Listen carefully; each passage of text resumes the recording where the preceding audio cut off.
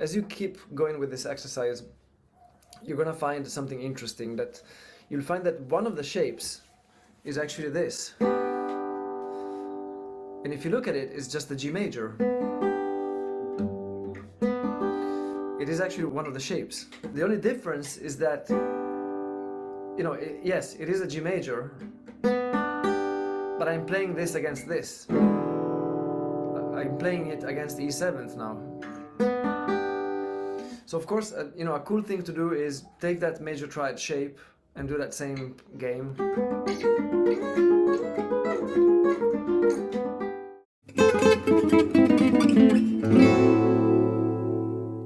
Also, we'll look at variations of exercise 1. Basically, the idea is to give you more ideas.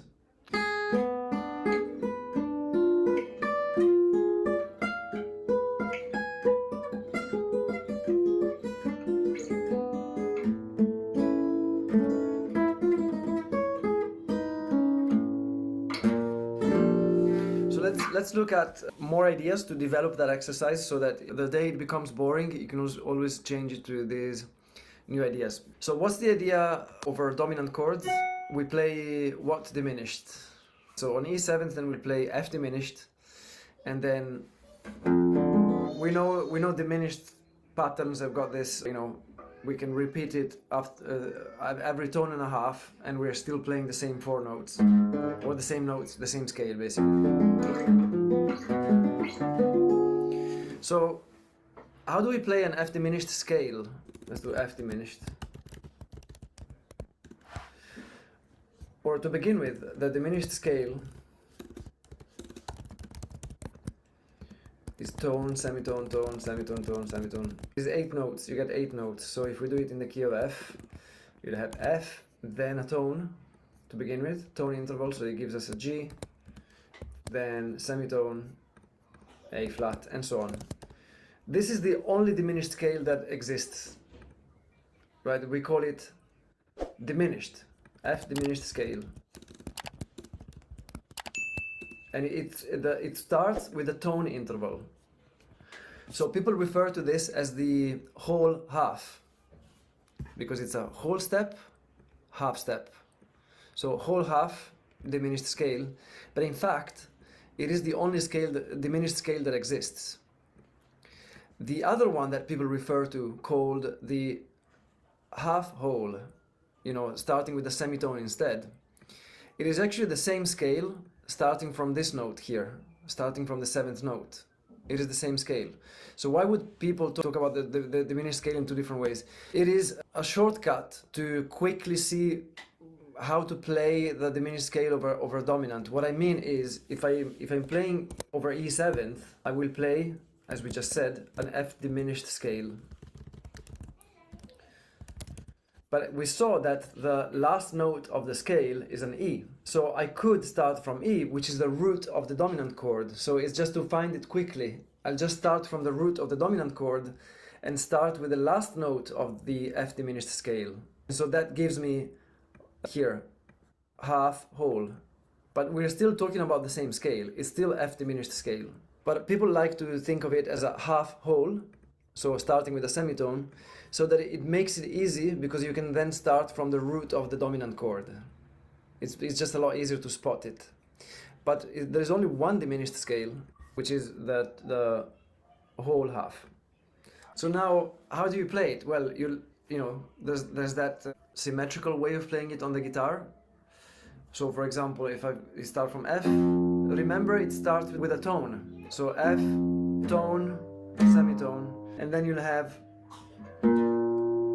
fret 1 on string 5. And then from here, it'll always be the same pattern of 4 notes per string. So 1, 2, 4, 5. So always that pattern there. And then repeat that, you repeat the same pattern, string after string, always shifting by 1 fret. Then obviously 2 frets when you cross the B string.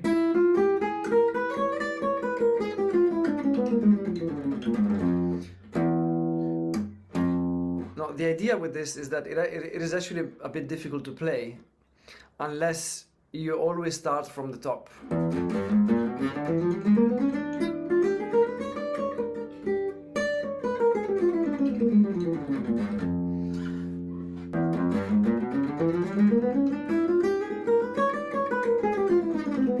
So there's an easier way to play and memorize diminished scales, which is if we only focus on strings 1, 2, 3, and 4. Now start from an F there. And so you'll have your F. And then remember it is tone semitone. So F, G, A flat, which means 3, 5, 6. Then you move down to string 3 and do 3, 4, 6. And then again, the same from the top. So then on string 2, 3, 5, 6. And on string 1, 3, 4, 6. And there you have your F diminished scale in one box without moving all of that nonsense. So it's 3, 5, 6, 3, 4, 6, 3, 5, 6, 3, 4, 6.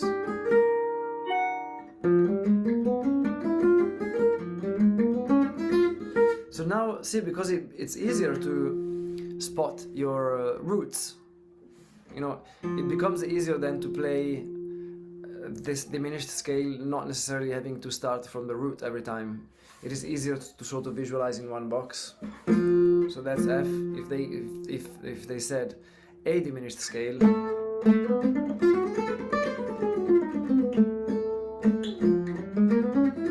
or you know what I mean. So far so good. Now you can see that when we go back to exercise 1, see we've got that.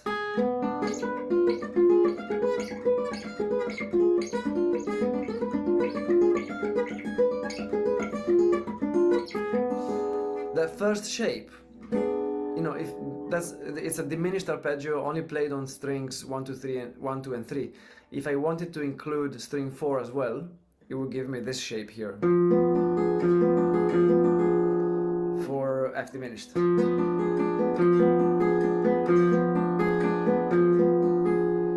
But see how the bottom of it is just the same as an E7th, the bottom part of it. An E7th would actually look like this. 2, 4, 3, 4.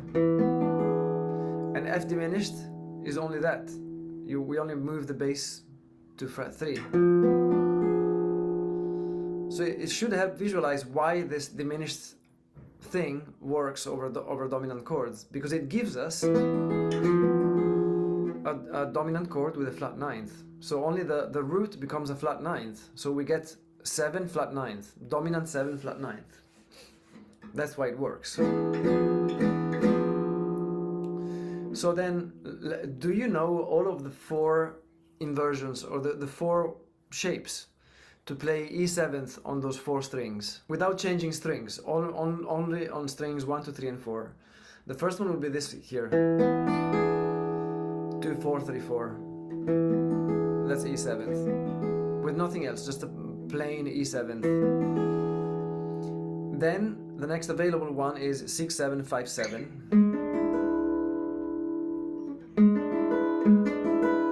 6, 7, 5, 7.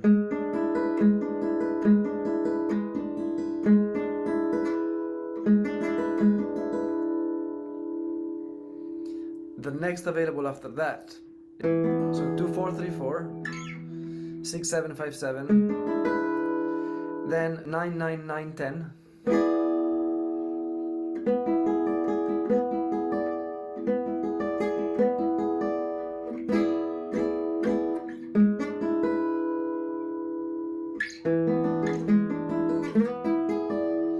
The last one is 12, 13, 12, 12.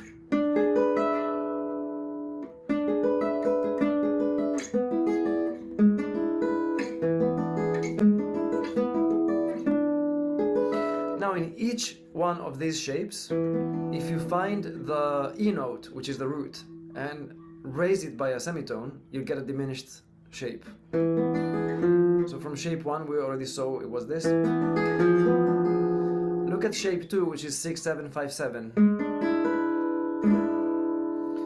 What is your root? Is on string 2. Now raise that by a semitone and you get a diminished shape again.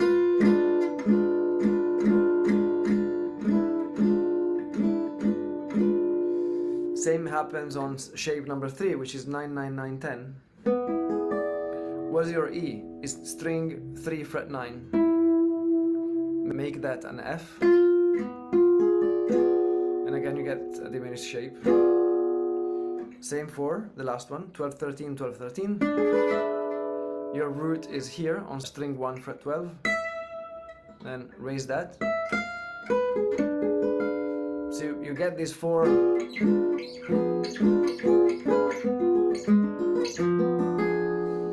So now back to the first shape, E7th, back to E7th. 2, 4, 3, 4. So the idea that what we said is we hopefully saw why F diminished works on it. Now let's go and play.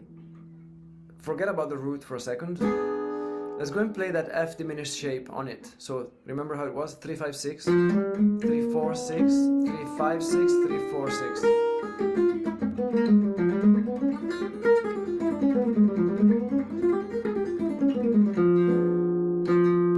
So I'd like you to start from exercise number 1, that first shape. Now stay there and try to visualize, create a map with your mind of the notes in that box that belong to the scale on strings 1, 2, and 3.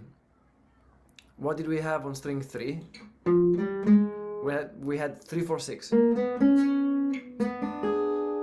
So just visualize, as you play that shape, visualize on string 3 that you also have fret 3 and 6 available. And it will be the same with the other 2 strings. So on string 2 you have 3, 5, 6, and on string 1, 3, 4, 6 again. It means that you can substitute any of these notes for another note that belongs to the scale on that string. For example, you could do 6, 3, 4. Because that still belongs to the F diminished scale. And so then you can start using that pattern on this shape.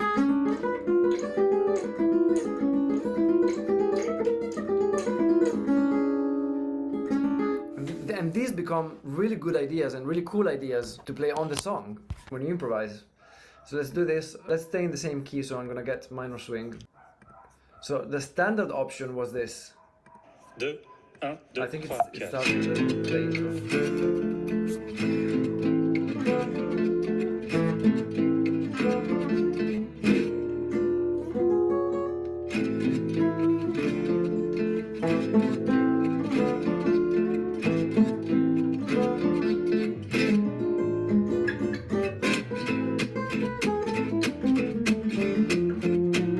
So standard.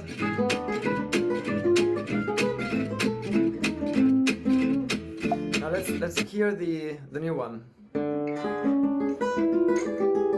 So you're gonna give it a different color, and it's a great way to stop playing always the same, which is it gets old very quickly.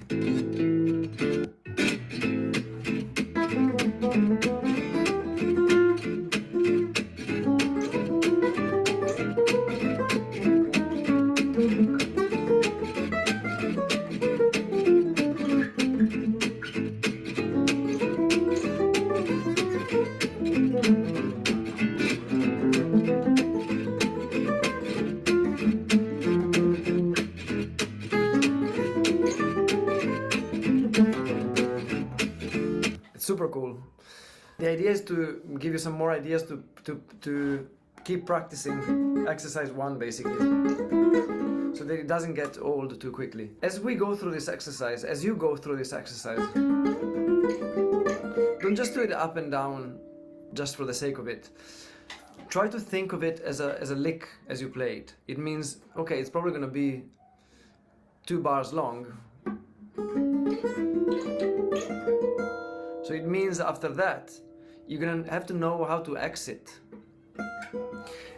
You know, it's easy to play these things to a certain degree. It is difficult to exit and land properly on the 1, because you'll be playing this over a 5-1.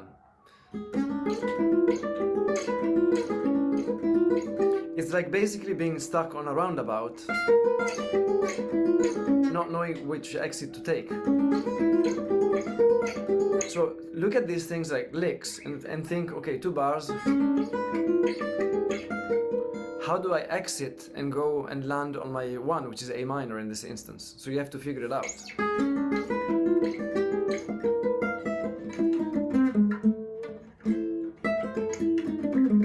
And try it.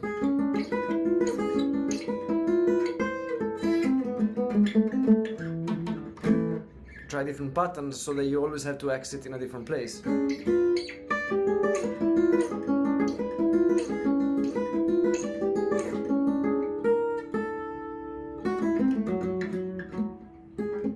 It's important to figure out all of these things. As you keep going with this exercise, you're gonna find something interesting, that you'll find that one of the shapes is actually this.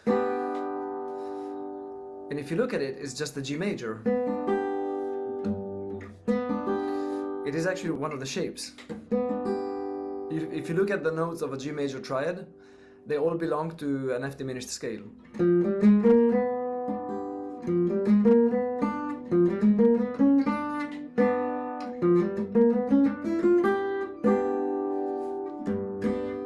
The only difference is that, you know, yes, it is a G major, but I'm playing this against this. I'm playing it against the E7th now. So of course, you know, a cool thing to do is take that major triad shape and do that same game. That's a cool one to play.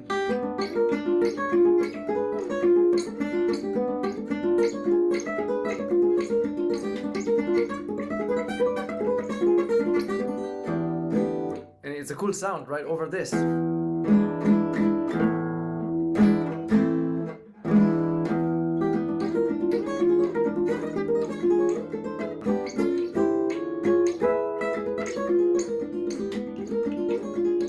And you'll see that one of them is actually an E major triad then, which makes sense. E major over E7th. If you listen to Stocholo enough, you'll notice he plays something similar quite often. You know, instead of the usual, he goes for starting from the G major triad, then you put a finger down and do that diminished thing. So G, and then move it and repeat. So you always start from that major triad shape. That's a Stocholo lick.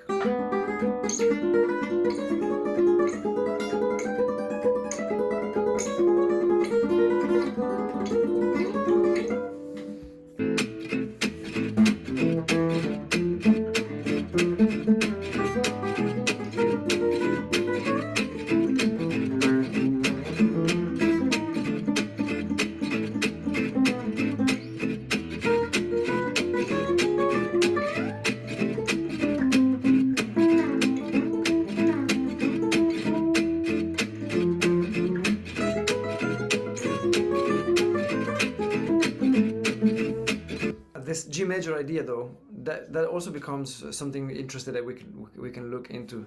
See, we found out that this G major triad belongs to the F diminished scale. So, and obviously we did that thing of playing them all. But it also means that if I've got an E7th to A,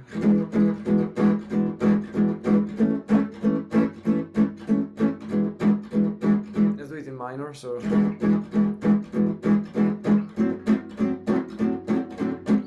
if I want to achieve sort of a new interesting sound, I could play G major over E7th, going to A.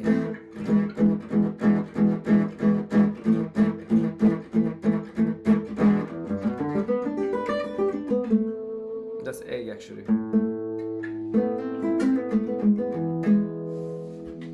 So that's one idea that we can try.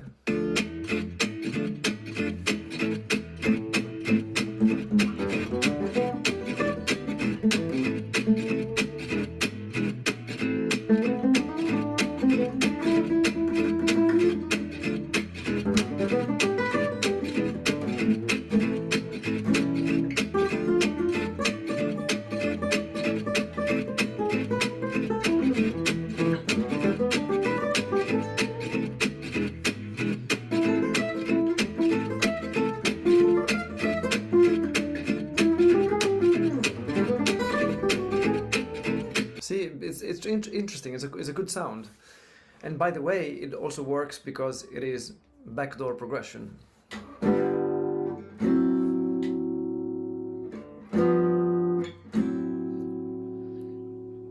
Or in other words, another way to look at it would be in the key of A natural minor. That would be a cadence, G7th.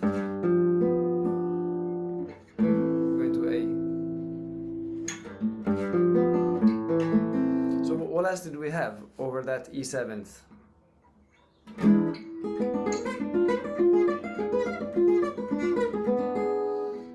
So G was one, but then obviously what else? B flat also. It means we can play B flat over E7th.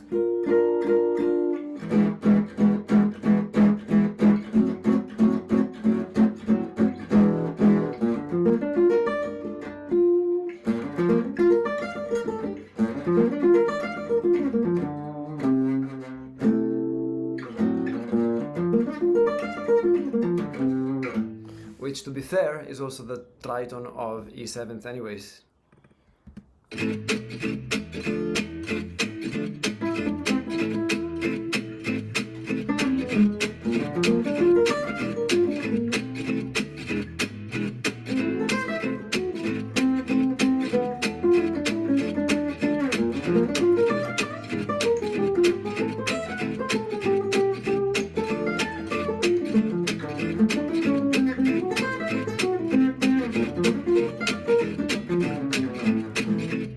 That was B flat. Very cool. The next one is going to be the crazy one, which I love. I love it. So it's D flat. You can play.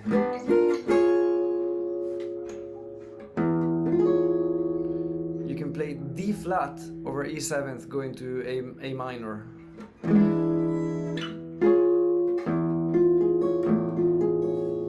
Basically, that's the sound.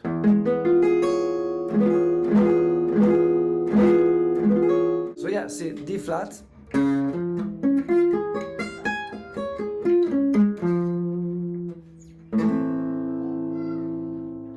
Very cool.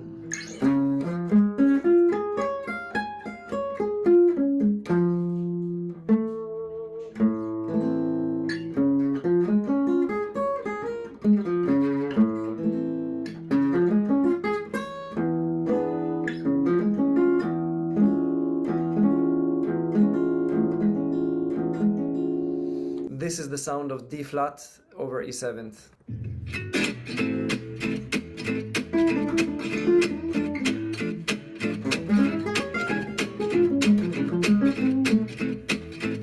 Very cool.